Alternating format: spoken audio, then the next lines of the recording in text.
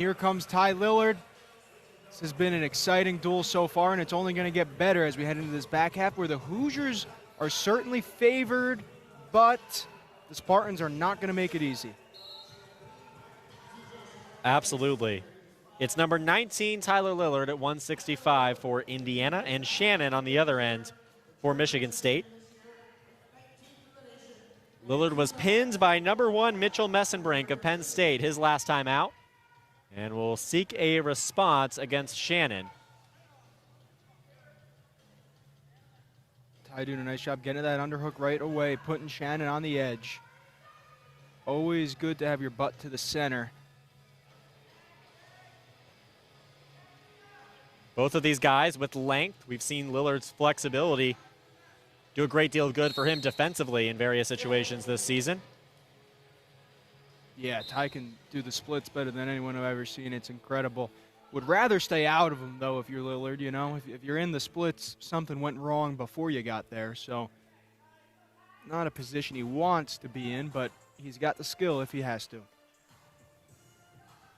They say the greatest moments in sports they all come from situations where the player or wrestler that makes them is in the disadvantageous position. That's true. People remember comebacks more than blowouts. And Lillard will begin the march to a blowout with a 3-0 lead. There's the takedown from Tyler Lillard, the Hoosier, and a vicious mat return at the boundary. Whoa. Crazy cartwheel from Shannon. Sort of on his head. Must have a very strong neck to not be feeling any pain after that. Certainly a hard hit. Lillard fighting to continue riding. Shannon breaks free, and there's a one-point escape for the Spartan. Man, this hand fight is intense so far. We see Shannon looking dump here, but doesn't have quite the grip on that elbow that he needs. These guys are scrapping. 1 minute to go in the first period. Almost 30 seconds of riding time for Lillard. Shannon broke free, and now the two will seek an advantage once again. We've seen that position a lot so far in this duel. I expect that's something that both of these coaching staffs will be focusing on in this coming week. In that front headlock, that elbow keeps getting caught for guys on both sides. Nobody's been really effective at scoring from that front head so far. 30 seconds to go in the first period. Lillard with a 3-1 lead. Indiana as a team with a 13-7 lead in the duel. Here's an opportunity. Lillard rotating around, and he's got the 3. Man, that was a fast shot. Got his hips under him.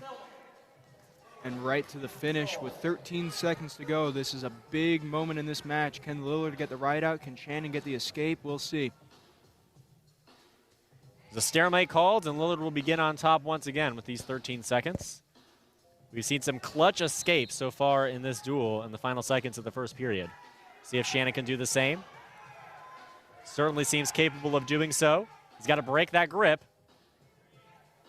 But a mat return from Lillard, that may well end the period, and it does. 6-1 for Lillard. He prevents a second escape, and he will have a distinct advantage heading into the second period.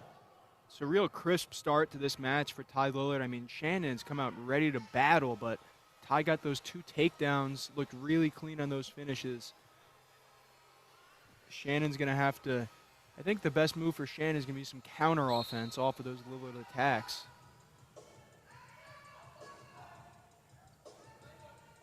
Looking Merkel is Shannon. He's got it locked up. Can he roll Ty through? That Merkel's a tough position to score from at this level. Minute 39 in the second period. Lillard looking reversal. And he's got it. 2-point reversal for Tyler Lillard. The lead is extended. And he sends Shannon to the boundary as the period in which Shannon started on top ends up with Lillard racking up more riding time. Yeah, Shannon was looking for that Merkel. He had it locked up, but just not tight enough. That's a tough position to score from, especially with it's now a count. And you saw the ref swiping as soon as Shannon got that head and arm lock. So when you only have 5 seconds to take advantage of that position, it's a tight window.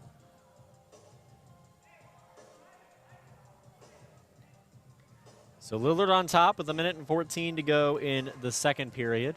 40 seconds of riding time accumulated for Lillard, and he will look to reach a minute. Or perhaps not, as he allows Shannon to escape, and Lillard chases another takedown. And there's that same high crotch again, doubling across, and he's got it. Lillard finds what he sought. It's another takedown after he shed Shannon. Shannon's got to stop these floodgates from opening, and that was a quick takedown for Lillard. Can't go into survival mode this early in the match if you're Shannon. 8-point lead, so still 3 takedowns. There's a stall warning on Shannon, though. That'll change the math a little bit. Lillard obviously in major decision territory with an 8-point lead, but he's looking for potentially just a little bit more. Yeah, that high C has been Lillard's bread and butter in this match. And now he's underhook looking for the single. Shannon doing a nice job with that seat belt. Now we're rolling around in a funky position here. Those knees are bending in weird ways. Shannon's got that ankle. That's what's keeping him alive right now. Oh, look what Lillard just did with his right hand, though. Look at that right hand of Lillard. He's got that knee bent in a weird way, and now Shannon's on his back. Ty's going to get the danger swipes.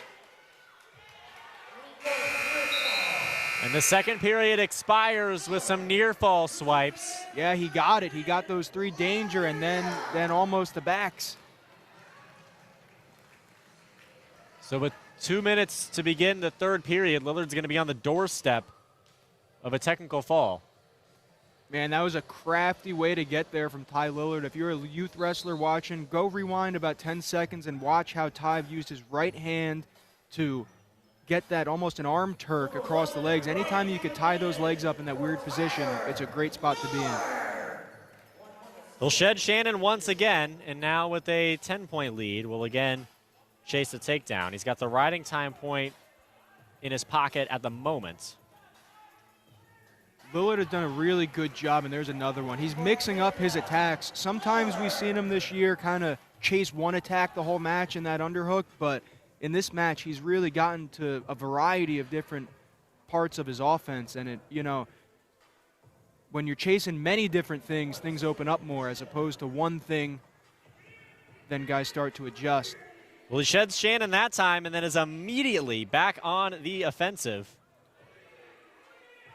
You know what I noticed, Andrew? The Hoosiers administrators, I think they heard us in that Army match. They added these mat extenders. We just saw them in use there. Shannon was on the candy cane part of the mat, which a few duels ago, that would have been out of bounds once he touched that, what would have been the wood. But I love how we added those mat extenders. You made a great point on that broadcast because at the time, Indiana's mats were certainly smaller than some other mats. You, of course, have the buildings that are entirely focused on wrestling. Nebraska, Penn State, they certainly have wider mats. But Tyler Lillard is going to secure the victory before time expires in this one. And at 165, the ranked Hoosier will extend the Indiana lead with a 20-5 technical fall over Shannon. Lillard looked really